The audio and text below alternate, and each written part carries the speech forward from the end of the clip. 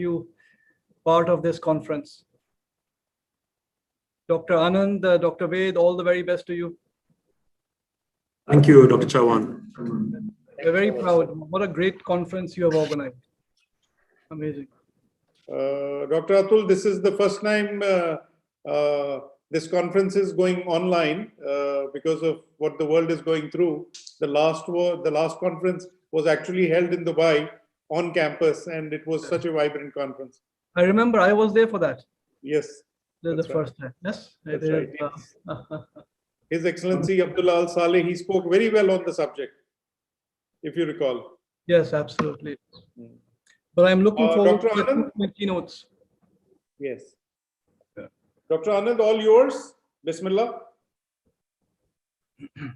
Yes, over to you, Gary.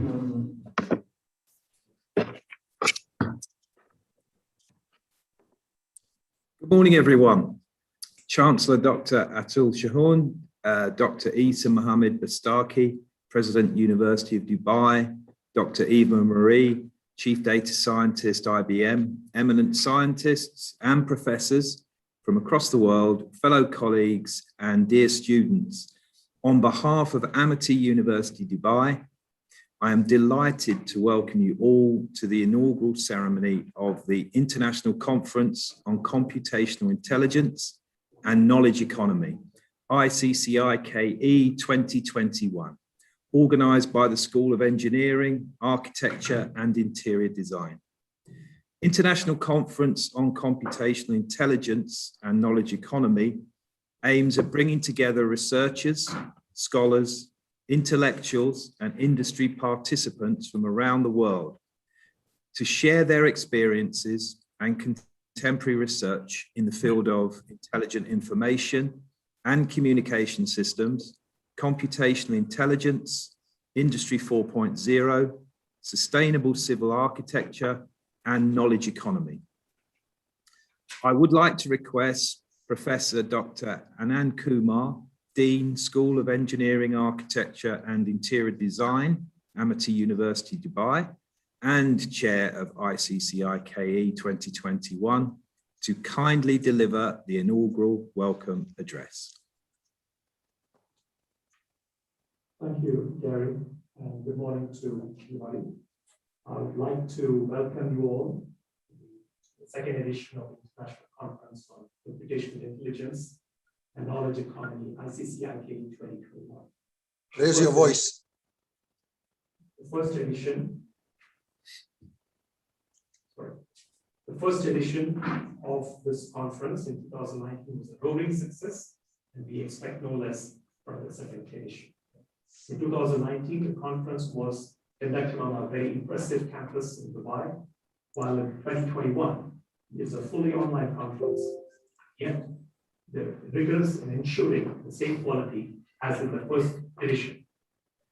This conference is technically co-sponsored by IEEE UAE section. We hope in the third edition, we will have you all back on this brilliant campus we have here in Dubai, Amity University, and also the dream city and beautiful city of Dubai. We have 108 accepted and registered papers with an acceptance rate of about 50%. We have researchers whose papers were accepted in 2019 and have returned to submit their research to our conference again in 2021, indicating they are quite happy with our conference. There are 3 external reviewers have reviewed every paper. Our papers were submitted from 22 countries, including the United Arab Emirates, Canada, United Kingdom, USA, Norway, France, Saudi Arabia, Oman, Egypt, China, Sri Lanka, India, and the Philippines.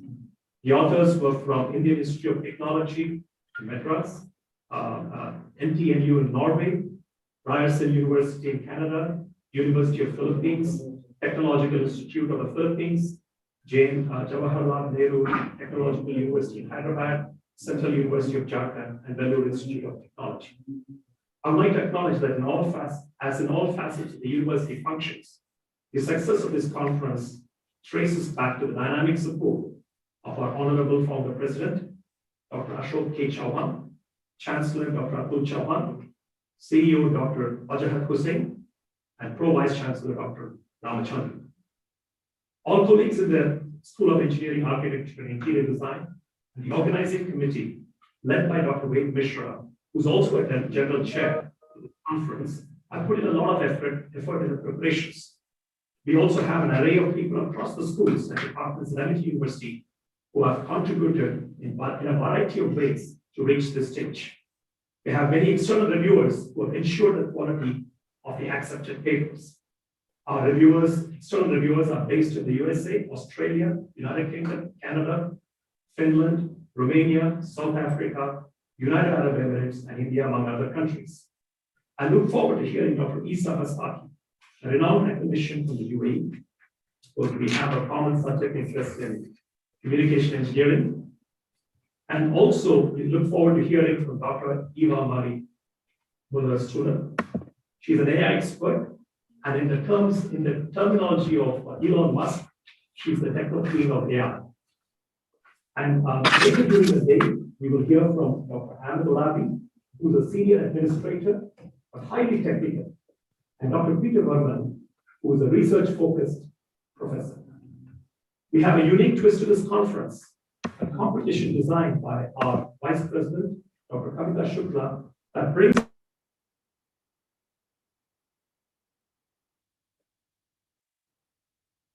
We lost you.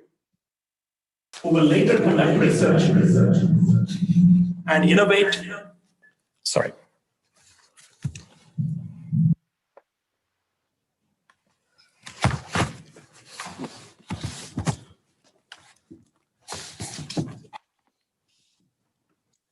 Sorry about the technical difficulties. We apologize. But your voice is very clear. Now it's very clear. Yeah. It's very clear? Very Yes. clear. Okay. Sorry about the technical difficulties. And hopefully we are in better shape now. Okay, so I would like to just continue from where I left off. It is these children who will later conduct research and innovate during their university education and beyond.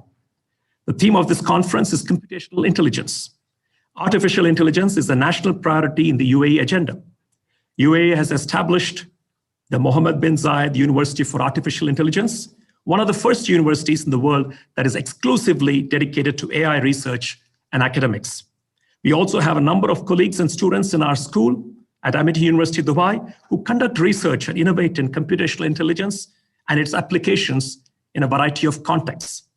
One cannot but acknowledge the efforts of many in the audience who will be presenting their research throughout the conference over the next couple of days. I anticipate sharing of knowledge, stimulation of research discussions, and triggering of ideas for new research direction and innovation. Have a wonderful research-filled time today and tomorrow, and I wish you all the very best. Thank you.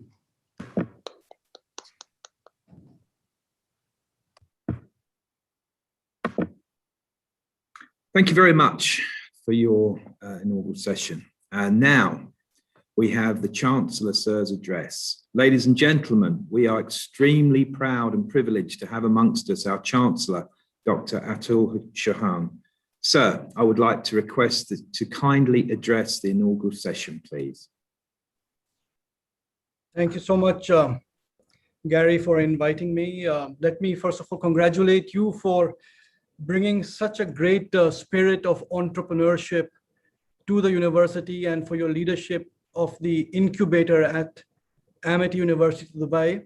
For us, entrepreneurship is a great passion. You are doing a great job in that. Dr. Anand, it was a great pleasure to listen to you introducing the second conference on computational intelligence that you are holding online. Very heartening to see such a large number of scientists from around the world who have submitted their research papers. And I know you, Dr. Ved, and so many members of Amity University and the members from around the world spent a lot of effort in identifying the best papers. You were highly selective. So to all of you who are presenting your papers during this conference, I congratulate you that you were able to pass the strict norm of paper vetting. I'm very happy to see Dr. Wajahat Hussain, the CEO of Amity in the Middle East, Dr. Ramachandran, the Pro Vice Chancellor of Amity Dubai. Under the leadership of both of you, this university has grown from strength to strength. We are so proud. I still remember, Dr. Ved, the first time you held this conference, I came, how excited you were.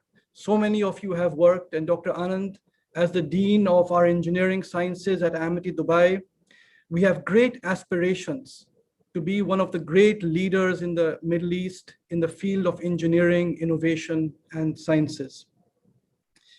I've just come to know from the office of our founder, Dr. Chauhan, that he is also online watching the inaugural function. So let me, on behalf of everyone at the Amity University Dubai campus, welcome our honorable founder, Dr. ICCIKE'2021 Chauhan, whose vision it was to establish Amity.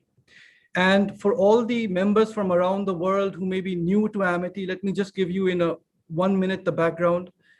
Dr. Chauhan went on a scholarship from India to Germany to pursue his higher education in the field of chemical engineering, a true rags to riches story where he built up a great business, multi-billion-dollar business empire, and then said, what can I do to help society?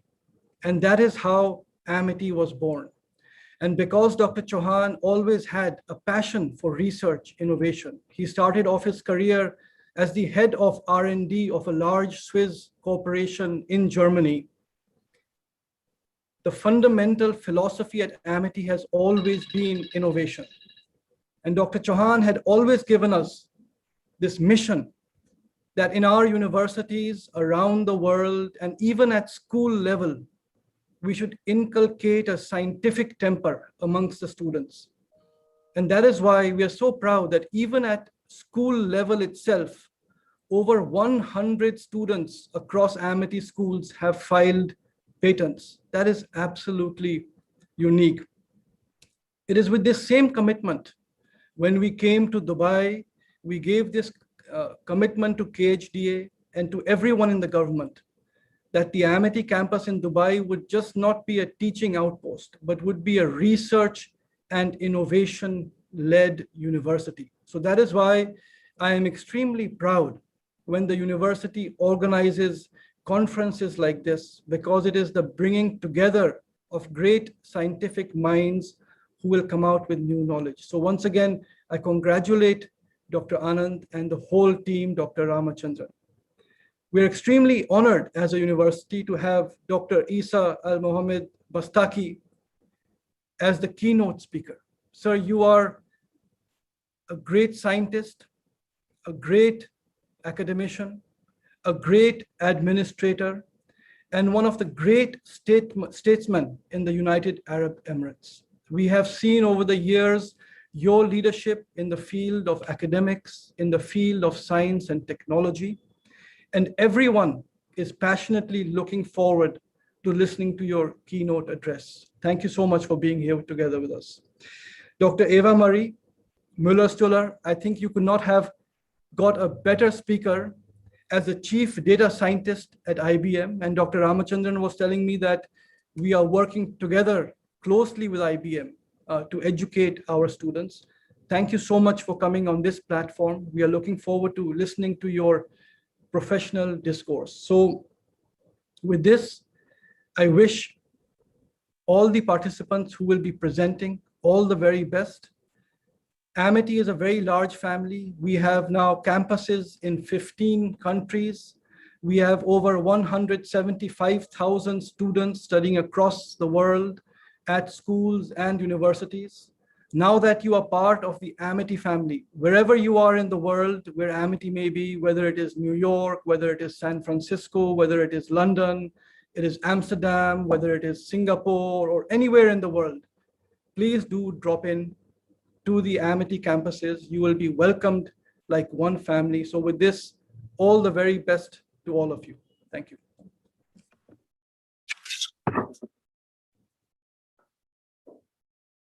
Thank you very much, sir, for your kind and inspiring words, and of course, your unwavering support of Amity. So we now go to our keynote speaker, Dr. Isa Mohammed Bastaki, who is our chief guest as well as our keynote speaker. He is recipient of the highest award in the UAE, the Emirates Excellence Award in Sciences, Literature and Arts. In the field of sciences, Dr. Isa Bastaki has extensive experience in education, leadership, technology and communications. He has held positions at United Arab Emirates University, CEO of ICT Fund, Director of Education, Training and Research and Development for Dubai Silicon Oasis, Consultant and IT Project Manager for Al Ain Municipality, and Chairman and Partner of Barajil Engineering Consultants. One of the founders of DSO and RIT Dubai, Dr. Bastaki is a member of 7 academic boards, Honorary Chair of IEEE, Chairman of Emirates Science Club, Board Member of the Cultural and Scientific Association, Board Member of KHDA's UQAID, Board Member of Ankabat, UAE's NREN, and many more. Ladies and gentlemen, without further ado, please join me in welcoming Dr. Isa Mohammed Bastaki. Thank you, Dr. Gary. Thank you very much for this introduction. Your Excellency, Dr. Atul Chauhan, Your Excellency, Dr. Wajahat Hussain, Your Excellency, Dr. Ramachandran, and my good friend, Dr. Anand Kumar. Good morning, ladies and gentlemen. I'll have a speech and a small presentation, if you may. I'm very happy to address today an elite audience of engineers, programmers, professionals, entrepreneurs, businessmen, faculty, and students. The second International Conference on Computational Intelligence and Knowledge Economy is a milestone conference for Amity University in Dubai, and bridging the gap between the disciplines on practices of computer science, technology, cybersecurity, and knowledge economy through further integrating all the key players for advancing the economy of nations, and especially in the UAE. The United Arab Emirates is always on the move and working towards better global positions until it can lead the world in most of the indicators. And this is the plan for 2071. The United Arab Emirates is always on the move and working towards better global positions until it can lead the world in most of the indicators. UAE has been developing and achieving so rapidly since the inception in 1971 that it has made very difficult for others to catch up with these achievements and successes. And we all know the 10X project, which makes Dubai and UAE to be 10 years ahead of all the world cities and so on. UAE has been leaping higher and higher in many global indices in the level, and it is now competing with world economic leaders in this very competitive international arena. We started the process to achieve the goal of being an economic leader through a solid plan in terms of infrastructure, education, ICT, transportation, logistics, legal, finance, business, innovation, leadership, economic diversity, quality assurance, credibility building, capacity building, multicultural environment, sustainability, global competitiveness, technology adoption, and knowledge creation. And I purposely put in knowledge creation at last because this is the first actually, but we need to understand all of these, they all go into knowledge creation. So let me show you a little bit of small presentation, if it's okay.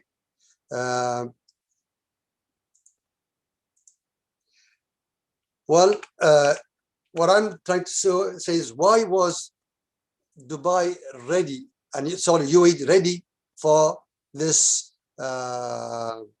Corona era? It all started since 1999 when Dubai Internet City was formed, established, and all these companies were there to start the technology transfer. Of course, later on it became into knowledge transfer. And we go 2001, e-government was established, and then 2003 to 2006, Ankabut was started, which I was the main, I did the conceptual design of this, and they implemented in 2010, which the backbone is 10 gigabits per second, and the points of presence is 1 gigabit per second for each entity. Plus, in 2012, smart learning, which I was also in charge of it, for the schools started, and then smart Dubai. So when it came to Corona era or COVID-19 era, fast forward towards virtual services. So we just had a fast forward service to make things happen. So it was a fast track actually for us to implement that technology in all arenas and all areas. There is a strategic vision to achieve a long-term, sustainable, prosperous, and productive lifestyle after oil for UAE's next generations. Of course, to do this, it's an ongoing process. It never ends. There are some requirements, and the requirements are following. You need a quality education, quality and only quality. You require research and underline business development, which is very important because in this part of the world, research and development is not only either to be promoted or to publish a paper. But in the Western world and Eastern world, where developed businesses there already, they don't need to write it down. For us, we need to change the culture, of research, so we could have some kind of creating knowledge instead of just importing knowledge. Then goes innovation, incubation, entrepreneurship centers, and of course, which is something that's robust, secure, high-speed, seamless, and reliable ICT infrastructure. If you have these 4 elements, then our goal is made in UAE, sold globally. Once we achieve this, we have become sustainable in a continuous manner. Even the UAE's national strategy, which was 2015, says 14 is 15. The objective was to have a national innovation strategy in 7 sectors. Of course, it says the rest. So T is transportation, H is health, E is education, W is resources, RE is renewable energy, S is space, and T is technology. Of course, they are not limited to these 7 sectors, but these 7 sectors are very important. So there's transportation, health, education, water, and so on. So we have to make sure that we are moving ahead in all these 7 sectors, beside other sectors that are coming. If you look at the 4th Industrial Revolution, this is where our future trends go. It's very important to look at where are we going. How can we foresee the future? So future foresight is very important. Why? Because we need to understand what is needed today to do so that to reach that one by having some scenarios. According to these scenarios, we build our future foresight. So blockchain is a main element, one of the main elements actually. And this is something, Internet of Things, which is a part of IP version 6. And then, of course, Wi-Fi 6 is coming. I think Wi-Fi 6 will slowly fade away when another technology will come. I'll tell you about it. It's there already. Then we have big data. We have artificial intelligence, augmented reality, virtual reality, robotics, biotechnology, nanotechnology, nano-electromechanical systems. And we talk about cloud computing, and 3D printing will go even to medicine. Of course, the technology that serves all these sectors is one that will get rid of Wi-Fi soon, which is 5G. And again, of course, also 6G is in the pipeline, which may come in 10 years from now. We have to remember one thing, that green economy is a main objective of the 4th Industrial Revolution, because we need to make sure that we are sustainable. So we need to look at green economy. When I say green economy, it's green plus it's sustainable economy. So sustainable environment, sustainable economy, that's the only way to go with green economy. And you know that World Green Economy Organization is headquartered in Dubai. And I am the chairman of the board of the platform, which is called Academia and Youth Platform. We're working very hard to make sure that we spread this word of green economy. So I think this is what I wanted to tell you, that these are the future things to do in UAE to make us sustainable. Now let's go back to my speech. Ladies and gentlemen, the world went through very difficult times in the era of coronavirus, COVID-19. However, through the leadership awareness campaigns, frontliners, people's determination to protect the nation, advanced ICT infrastructure readiness, policies in place, and adherence to the preventive instructions by the government, UAE was prepared and ready to confront the corona and ensure the continuity of businesses and services smoothly without any hiccups. His Highness Sheikh Mohammed bin Rashid Al Maktoum, UAE Vice President and Prime Minister and ruler of Dubai, said, schools have stopped, and universities have closed, but education will not stop. Education as health will not stop in all circumstances. This is very important because this is a key issue towards sustainability of any economy. His Highness also said, for the last 10 years, we have been investing in intelligent learning, electronic and smart services, and in emergency and disaster preparedness. Today, we reap the fruit through the continuity of our education process and our basic and proactive government services in dealing with global health conditions. Now, His Highness also, Sheikh Mohammed bin Zayed Al Nahyan, Abu Dhabi Crown Prince and UAE Deputy Supreme Commander, said, medicine and food are a red line. No way we can not support this. No way we can cut this. This has to continue no matter what happens. This gives us a relief that we can still go ahead and work hard to make it happen. He also said the whole world is going through difficult circumstances. The UAE is fortunate. Our circumstances are even easier because of several key factors. The first of which is the concern of the cadres, the people who have taken responsibility for confronting the emerging coronavirus in the front lines from the beginning. So this is where the technology has come. Maturity and advancement in technology services and infrastructure has led UAE to overcome disruptive crises and be prepared for any future economic crisis and pandemics. Ladies and gentlemen, the economic ecosystem requires many players to participate in the advancement of global cities and countries. The main variables of the equation of the advancement are related to business processes, business laws, management practices, innovation, big data, analytics, cloud computing, artificial intelligence, robotics, Internet of Things, virtual reality, augmented reality, blockchain, and cryptocurrencies. To see the light at the end of the tunnel, readiness to any disruptive changes is the key factor towards economic, political, and social sustainability and stability. However, even though the economic drivers depend on natural resources, human resources, and technology, the main driver is the technology. So the main driver is technology and technology only. Of course, we care about human capacity building, but at the end, technology is helping. It's a catalyst toward the success of any economy. Thus, ICT should be the main priority of economies to advance the nations into a sustainable prosperity and productive lifestyles. Thus, entering the ICT development field, specifically 5G mobile communications and IP version 6, is the bright future to most of the economies of the world. This trend has been going for a while. However, from the beginning of the 21st century, this trend in ICT field has been moving so dramatically that those who cannot catch up with this rapid pace will be left behind.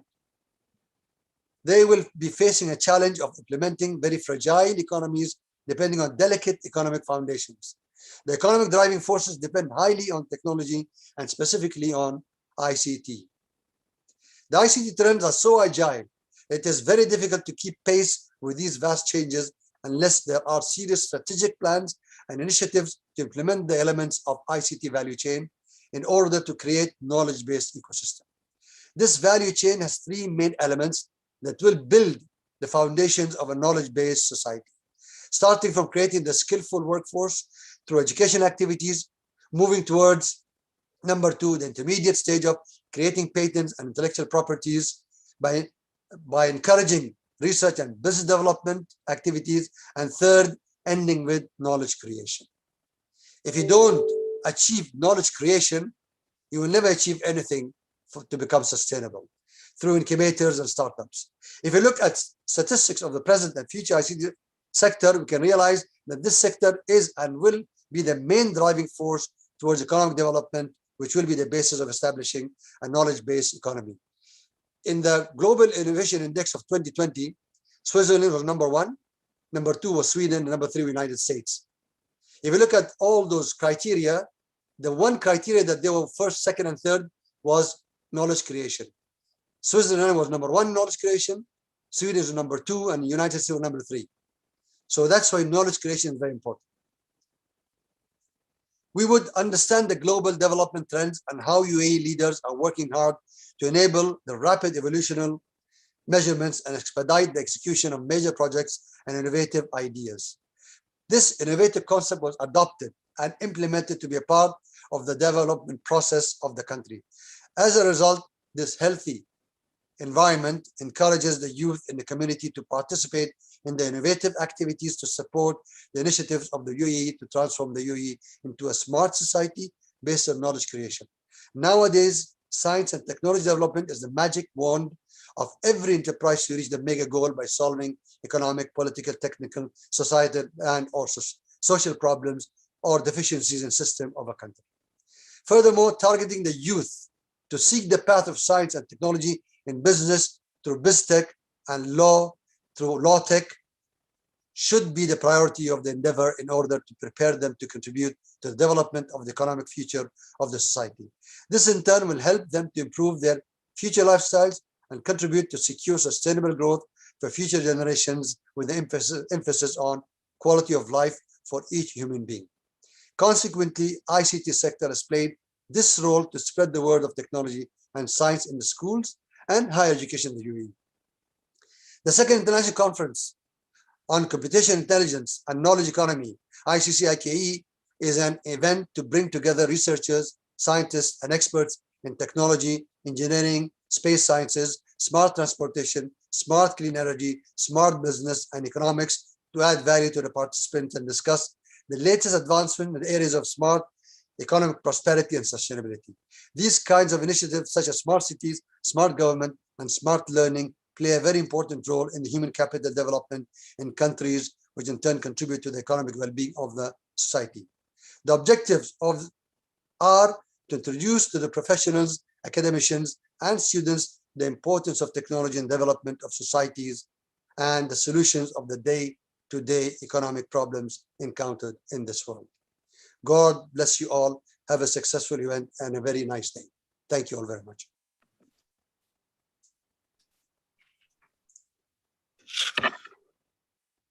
Thank you, Dr. Isa Mohammed Bastaki, for a very enlightening talk. It was a pleasure. Thank you. Now, before we have the address by our second speaker, we would like to acknowledge our Vice Chancellor, Professor Balvinder Shukla, for her support and work to everybody here and in the Amity family. Thank you. So moving on, it is our pleasure to have Dr. Eva Marie Muller-Stuller. She's the Chief Data Scientist, Advanced Analytics and AI Practice Leader, GBS at IBM. Dr. Eva Marie has over 15 years experience in data science and AI, and her work has impacted oil and gas, energy, FMCG, healthcare, and the financial sectors. A member of the Academy of Technology, Dr. Eva is a trusted advisor to governments on change management through AI and the advisory board of the various organizations focusing on AI ethics.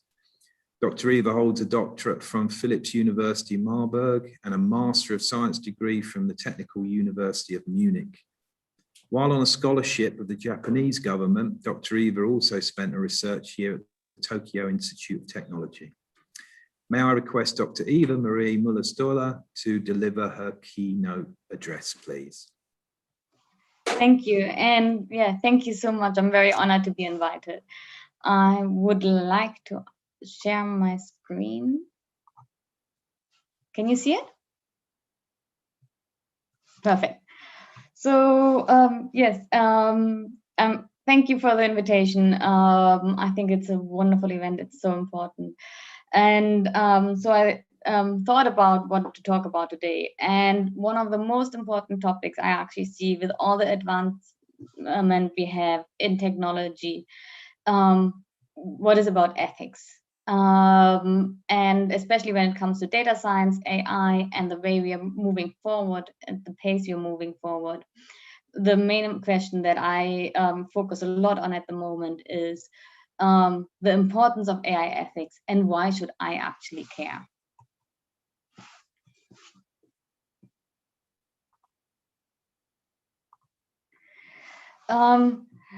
The people might, I've been working in the field for data science and AI for many decades. And the topic of AI ethics has been around, or technology ethics has actually been around for 50 years, 100 years. Every time we have big advantages, steps in technology, people are like, okay, what about society? But in the recent year, the topic of AI ethics really picked up. One of the reasons might have been Terminator, and people are worried with AI that it takes over. And they think of this idea that AI will basically live on itself, turn against humanity, and just do whatever it feels like to be optimized. If I'm really honest, that is not the most urgent risk we're facing. I'm still waiting for the morning that my mobile phone goes and makes coffee. It is very targeted AI, and it doesn't take over, not even my handbag or pockets. But when we look at the risk in reality, it is far more subtle. When we look at one of our big AI engines, Google, that we use every day, when we Google nurse, all we see is women. And when we Google car mechanic, software engineer, all we see is guys. And that is something that drips in. That is something that constantly emphasizes. I remember when I was in school, when I came back home and said, oh, I want to be a doctor, but the kids in school said doctors are only boys, my parents could immediately counter and say, no, it's absolutely fine as a girl as well.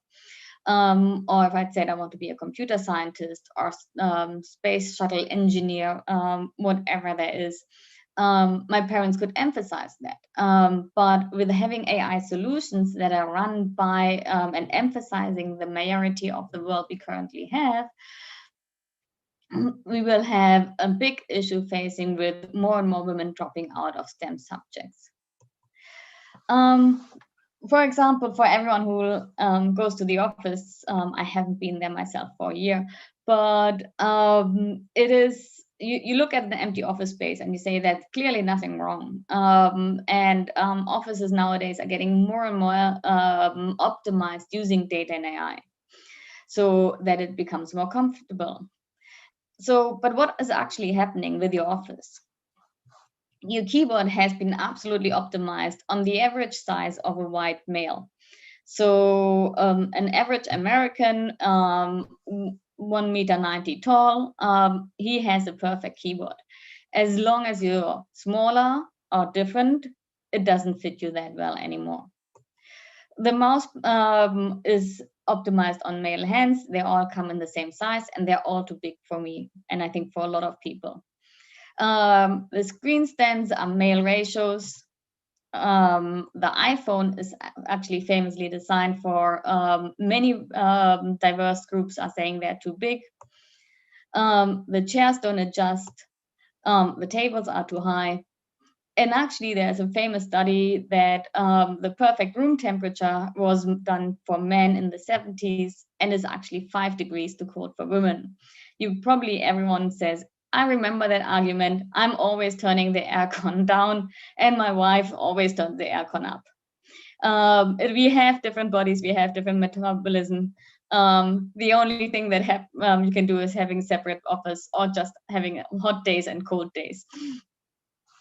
And I think every single one of us remember a situation where we are not the norm. It touches every single person. When we look at biases, we have over 180 biases classified. It's a wonderful thing to read on Wikipedia on a rainy day. You go through all the different biases and you have a giggle and you kind of go like, oh yeah, I do that. Oh, confirmation bias. Yes, there is a bias that is called women are wonderful bias. So go ahead and read it. I can only emphasize it. But there's also a difference between equality and equity. And that is what you see on the picture on the left-hand side. The world has to be less about equality, but actually about equity, and making sure that everybody gets a solution that gives them an equal chance. When we look at our data, because I think a lot of you are asking, why is it so present now? Why is diversity suddenly such a topic? And it's actually a beautiful thing that came out of all the data that you collected. And our world is biased and always has been biased. Our data has always been biased, but we now have the tools to discover that. But we use that data, put it into our AI solutions and our data science solutions, and that means our AI will be biased. And the big risk we are facing is a lot of AI solutions are used to make high-stake decisions. So the data becomes an accelerator of injustice. You have college admission run by AI solutions. And you will have a stronger emphasis of certain schools coming out of that. Employment is done by AI. So what CV is done by is successful and not, credit applications, and many more. We always had in technology what we had would call the pacing problem. Our technology changes so much faster than actually our social and economy is political system is able to adapt. At the moment, we are throwing so many new solutions and changes of behavior onto the market that we are actually lacking to adapt to it in a legal way, in a social way, and so on. It's only been a few years since Instagram and Facebook are around. The internet is not that old, and I remember when it came onto the market, we were all saying, why would anyone want the internet? I remember when the first mobile phones came on the market, I was like, why would anybody want to reach me? They can call my parents and I can call back. Now it's impossible that you would see a 14-year-old without their own mobile phone. The big problem that comes with a change in technology and the pacing problem is actually a second emphasizer, is called the Collingwood dilemma.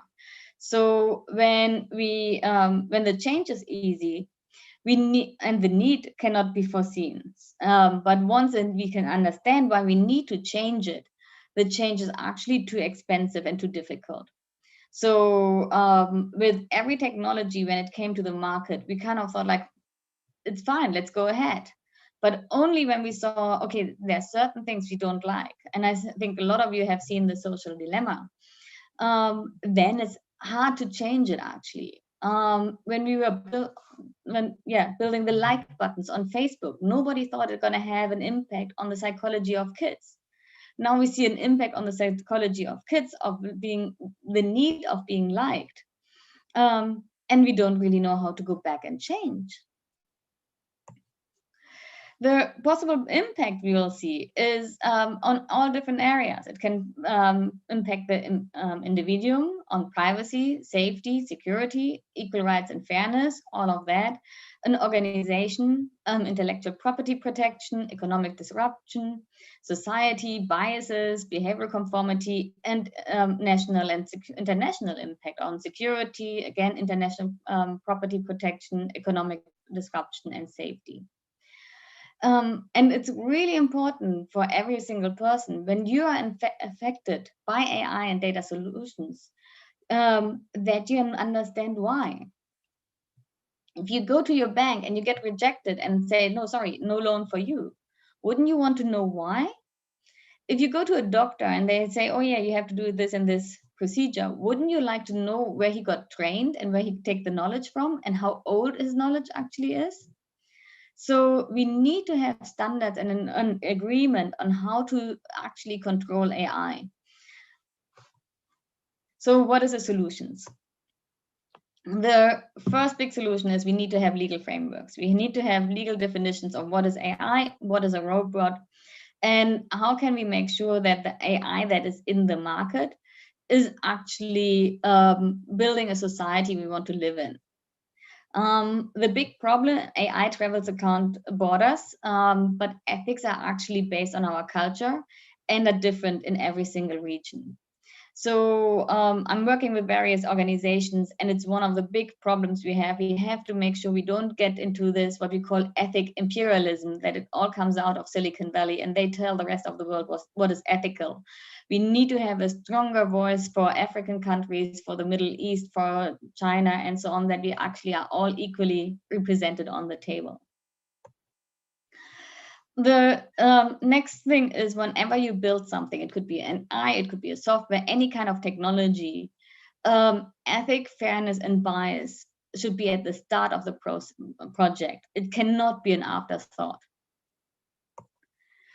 The third one is clear responsibilities. And it's actually a funny one, because if you ask any corporate, they go like, yeah, no, we are very, very responsible in whatever you do. But then you ask, who is responsible in your company for being ethical? And 5 out of 4 directors say AI ethics issues are board level, definitely, at least to a moderate extent. But only half of the CEOs view them as a CEO level responsibility. Then you dig in deeper and you say, is tech responsible for ethical and responsible tech? And over half of all executives point to the CTO and CIO and say, oh yeah, they're primarily responsible, that we're ethical. But if you then ask them, around 15% select a non-technical role. If you ask, and how many of your CIOs, CTOs are actually trained in ethical topics, the numbers are disappearing. The fourth solution is diverse team. And I'm sorry, I'm a mathematician. I can't show a presentation without a mathematical formula. But it is actually proven that the bigger the diversity in your group, the smaller is the error of the crowd. And AI solutions, for example, Siri, Alexa, and so on, they didn't work on female voices. If they had more female programmers, they would have noticed earlier. They would have been able to catch that error before it came to the market, before the brand reputation was damaged.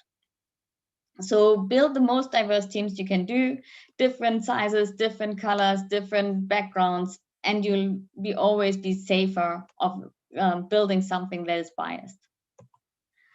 Most important thing is train the kids. We have a big problem that especially women in STEM subjects are dropping. This will definitely lead to more bias. Start with the little ones, have the right books, choose the right colors. Girls don't have to be all pink. It gives me shivers when I go to big toy shops and I see all the dolls in pink on the one hand side for girls and all the fun and cool stuff in blue and green for the boys. There is no reason why you can't buy a chemistry set for your daughter, and believe me, I loved it.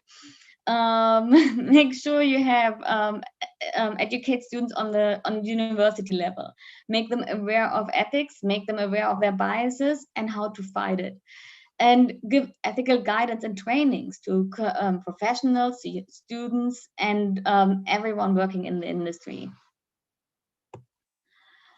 The last one is sixth one is a technical side of it. If you build data science and AI models, you have to know your data, you have to know your production cycles, you have to have clear MLOps procedures. Your data is normally scattered all over the place. You have actually no idea of the risk you're driving. Only if your data has clear governance guidelines, you're technically fine. You have access rights, access controls, it's audited, it's reviewed, and then you know what's going into your model. If you have a clear MLOps procedure, you have reusable assets, you monitor what you're building, then you are able to control the bias. This leads directly into the next step on saying, once you deploy it, you have to monitor it. So many AI solutions are built and die in the POC phase. If they're lucky, they get into the MVP phase, and every now and then they get deployed. But actually saying, how do we make sure that over the time, when it learns and retrains, it still stays on track? How do we have a monitoring cycle? How can we open the black box and say, We want to know what's in there. Is it fair? Can we look at it? And there are lots and lots of tools. You can go and try out ours. They're for free. Look into it and make sure you know what you're building. So as a guiding principle for everyone in technology, building technology or AI, make sure everything you build is explainable, transparent, and fair. It should be human-centric, and it should put ethics and at the beginning, at the center, and not as an afterthought. I'm going to end with a quote from Ruth Bader Ginsburg, who was once asked when there will be enough women on the Supreme Court. And her answer was, when there are 9. And people were absolutely shocked. But there's been 9 men, and nobody ever raised a question about that. And that is the big thought you have to have put into the front of building data science and AI. Data is backwards looking. And what worked in the past might not be working in the future. So if you build a data and AI solution on CVs and say, I want to recommend people who are successful in the Supreme Court, you will always get the same Harvard and Yale male graduates, and you will never, ever open it up for any diversity. And that might not be a model for the future. It might be someone who comes from a completely different country or different background or a different school, who's just worked a lot harder to get to this position. Might have come from the wrong family, but he would or she would have been absolutely successful. And that is something we have to keep in mind with data science and AI. They often give a big advantage to the people in the minority and cut out everyone on the sides. And I think everyone here is at least in 1 or 2 or 3 things where they're different from the majority. And that is when AI will hit your heart. So whatever you do in technology, make sure it contributes to a world you actually want to live in. Thank you.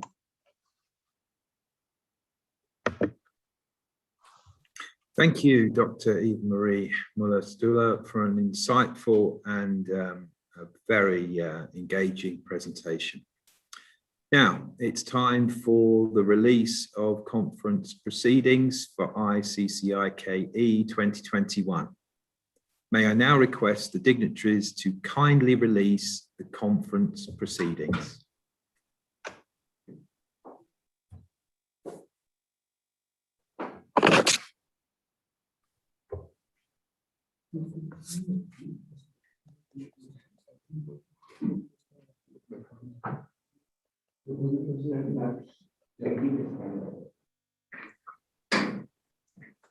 Excellent. Congratulations. Congratulations. Congratulations. Congratulations. Excellent job. Congratulations.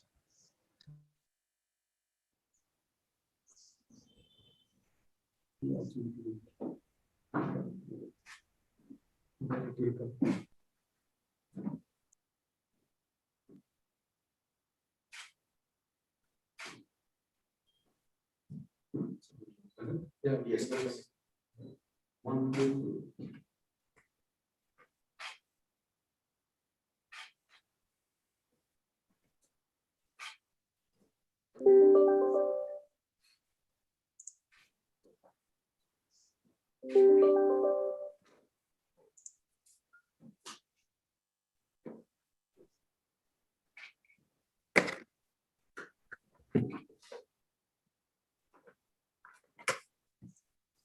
Congratulations. Congratulations, everybody. And Dr. Eva, we take note that one of them should have been a woman. It's not just about male and female, it's completely diversity. Yeah, That is but important. honestly, I mean, we have some amazing, professors in STEM who We do, yeah. there, but as a hindsight now. In the next conference, I promise you. Thank you. Dr. Eva, may I add, we were just calculating last week that within Amity worldwide, 50% of the leadership is female. Wow. So we're very proud of that. Yeah, well done, yeah. It reduces the risk and is a good business impact. No. Yes, And everybody knows Well- Hedy Lamarr, right? Hedy Lamarr, the famous actress. Hedy Lamarr, a famous actress, originally from Switzerland, I think. And she was the inventor of frequency hopping in telecommunications. Yeah. So nobody knows. No, no. It's a beautiful movie now about her. Oh, there is a movie. I need to watch it. Yes, Ah, it's on Emirates Airlines. That's all I know. they have not taken Emirates for 1 year. But Well, Dr. thank you very much, everybody. Thank you so much for being with us. Great personal pleasure to have heard you both. Sorry, I have to leave because I have another meeting in 3 minutes. Thank you all very much. Appreciate it. Good luck on your conference. Excellent choice of the name of the conference, the title, and also the speakers. Thank you very much to all of you. Thank you, Doctor. Thank you, sir. Thank you. So thank you very much, dignitaries. With this, we come to the end of the inaugural session of the International Conference on Computational Intelligence and Knowledge Economy. I really thank everybody for their valuable presence. The expert track, talk track, will commence on the same channel at 12:10. So kindly refer to the conference website for the link to the scholar track, please. On behalf of everybody here, we wish you all a very pleasant day and an enriching learning experience. Thank you all for your time and support. It's greatly appreciated. Thank you. Thank you, Gary.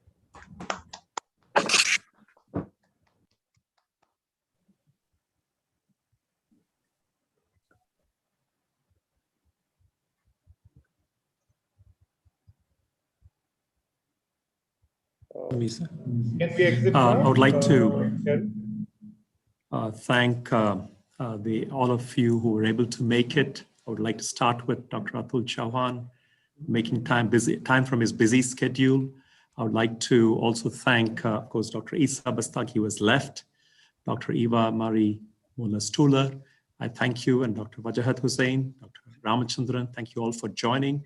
And I also know that Professor Bansal was here with us from the home campus. And I would also, I think the Vice Chancellor, Professor Balvinder Shukla, has joined as well. And I know that every one of you has come with a very busy schedule, and but you were able to make time, and we appreciate it. And we look forward with Dr. Isa, as well as Dr. Eva Marie, to further work on collaborating together in research and in other facets of academics. We look forward to that. And of course, industry is a very important component for us in our academics, because ultimately, I would say roughly about 70 to 80% of our graduates from the undergraduates, they proceed to the industry. And there are about 20, 30% who go to the academic, to higher studies. But we have a lot of them going to the industry. And I think we do collaborate extensively with the industry. And we look forward to collaborating with IBM and with Dr. Eva continuously. So we appreciate that. And we thank you for joining. We appreciate it. I thank you, Dr. Fazal, who is also able to join us, Dr. Wade, who has been spearheading the conference. I would like to thank our Master of Ceremonies, Dr. Gary Smith. I would like to thank him for doing a great job on this. And of course, I cannot forget the media team, the IT team, who have been tremendous support. Dr. Kavita Shukla and her team have been a very great help to all of us. I mean, we are able to take it forward because we have come to this stage because they all made it possible. And we should not forget the marketing team, who have worked tirelessly and often into late hours to help us out. And I would really like to thank them. And of course, the others, I would like to in particular also acknowledge Dr. Anas, and he has introduced us and with Dr. Eva Marie. I thank for that. And I thank you also for my other fellow dean, Mr. Mo. I thank you so much for this support. We appreciate it. Thank you all for joining, and have a great day, and wish you all the best. Dr. Anand, on your behalf, let me also thank our founder president, Dr. Ashok Chauhan, whose blessings will go a long way for the success of this conference. And Dr. Eva Marie, Dr. Chauhan war 35 Jahre in Deutschland. Ich wurde dort geboren. Deutschland ist sehr, sehr nah zu unserem Herzen. Es war eine große Freude, Sie zu hören. Dankeschön. Perfektes Deutsch. Wow. Thank you. Thank you, everybody. Thank you so much for inviting me. I'm absolutely honored. Thank you, Dr. Eva. Really nice hearing your keynote address. Thank you. I just have a question for you, Dr. Eva, if I may ask. Yes. You talked about the biases in gender and other kinds of biases in the data. If I'm asked a question, is it the mindset change that is needed to remove the bias, or it can be done mathematically and computationally? Oh, that is a good question. So what's most important is first, so you can monitor the bias mathematically. You can say, so for example, loan application, why are they not going through for certain people? And you can see why it's derived. Or you can say, for example, with CVs, why are certain CVs are getting stronger, and what are the main drivers in it. Especially when it comes to certain hobbies, which might not have an impact at all, or certain use of words that should not be an impact on your CV and your career. You can then mathematically say, let's open it up. How can we fix it? But what needs to change first is definitely the mindset and the awareness on saying, I want to look into my data model and I understand it, and why is it biased? I remember in the early days in 2015-14, we always said in all our AI models, we don't use race, gender, and religion as input model factors, because we don't want to be in the news for targeting or using that as to sell things, to target people with fast food marketing or anything. But actually, there are so many proxies for your gender. How many pairs of shoes does somebody buy? And if your loan application uses the amount of shoes you buy as an input, it shouldn't be. It's not right. So, and if that's the main driver, then you need to basically say, how do we fix this? Because that has nothing to do with your ability to repay a loan. It should be, are you overspending compared to your salary? That could be a driver. But as long as you can afford it, it doesn't matter what you spend it on. Thank you. Thank you.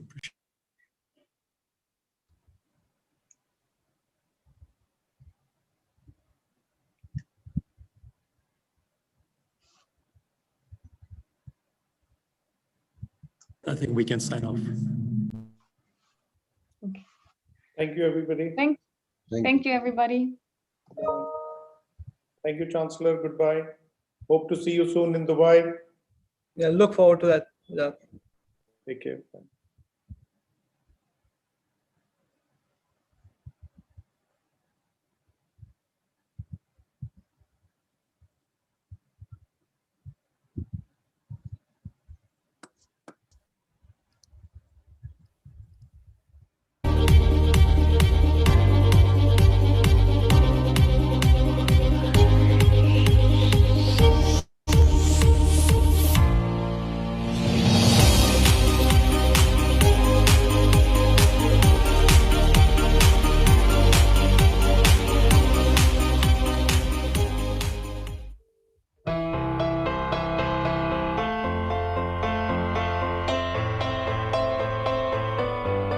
Welcome to Life at Amity University, Dubai.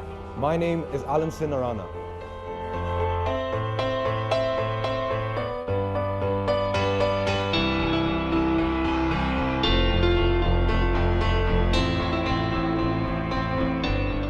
Our state-of-the-art facilities is a home to a range of disciplines, numerous extracurricular activities, and a constant opportunity for growth.